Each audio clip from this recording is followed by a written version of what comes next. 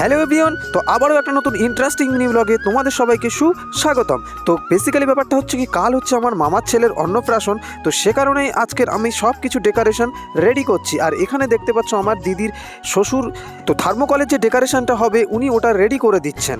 তো আর আমি এইদিকে বেলুনের যে গেটটা হবে সেই গেটের ডেকোরেশনগুলো রেডি করছি। আর এখানে দেখতে পাচ্ছ দিদি আবার কেটে দিচ্ছে, মানে যে থার্মোকলগুলোতে লেখা কমপ্লিট হয়ে গেছে সেগুলো। তো আমায় যদি সবগুলো ডেকোরেশন একা করতে হতো অনেকটা চাপ হয়ে যেত, যেহেতু দিদির শ্বশুর পারে আমার অনেকটাই হেল্প হয়েছে। ওনাকে দিয়েছি এই থার্মোকলগুলো কাটতে, অ্যান্ড বেলুনের ডেকোরেশনটা আমি রেডি করছি। এখানে দেখতে পাচ্ছ আমার ভাইরা সবাই মিলে বেলুন ফোলাচ্ছে অ্যান্ড আমার কাছে দিচ্ছে, এবং আমি এই যে বেলুনের গেটের ডেকোরেশনটা রেডি করে নিচ্ছি। তারপরে আবার একটু চলে গিয়েছিলাম ব্যারেলের জলগুলো উপরে তুলতে। তারপরে আবার এসেই দেখতে পাচ্ছ এখানে যে লেটারগুলো কাটতে বাকি ছিল সেগুলো আমি ফিনিশিং টাচ দিয়ে কেটে ফেলছি, কারণ এই থার্মোকল জিনিসটা এমনই, সবাই কাটতে পারে না। তো যে কারণে আমি আস্তে আস্তে করে সমস্ত থার্মোকলগুলোকে কেটে নিচ্ছি। আর যেহেতু রাত এখন অনেকটাই হয়ে গিয়েছে, তো সে কারণে আমি আর অল্প একটু কাজ করেই আবার খেতে চলে যাব।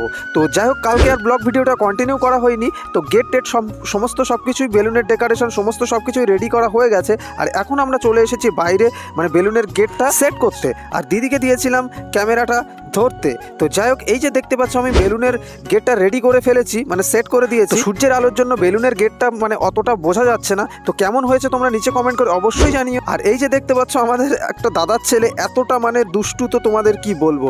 ও আর কি বেলুন ফোলানো যে মেশিনটা ওটা নেবেই, অ্যান্ড ওকে ঘন ঘন আসছে, বেলুন হারিয়ে ফেলছে, বেলুন দিতে হচ্ছে। আর এই যে দেখতে পাচ্ছ এখানে থার্মোকল দিয়ে যে ভাইয়ের নামের যে ডেকোরেশনটা সেটা দেখতে পাচ্ছ। এখানে আমাদের সমস্ত ভাই বোন সবাই আছে।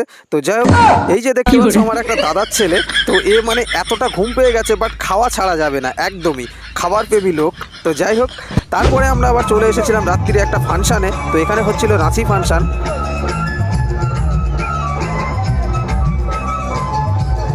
তো আজকের মিনি ব্লগটা তোমাদের কেমন লেগেছে নিচে কমেন্ট করে অবশ্যই জানিও।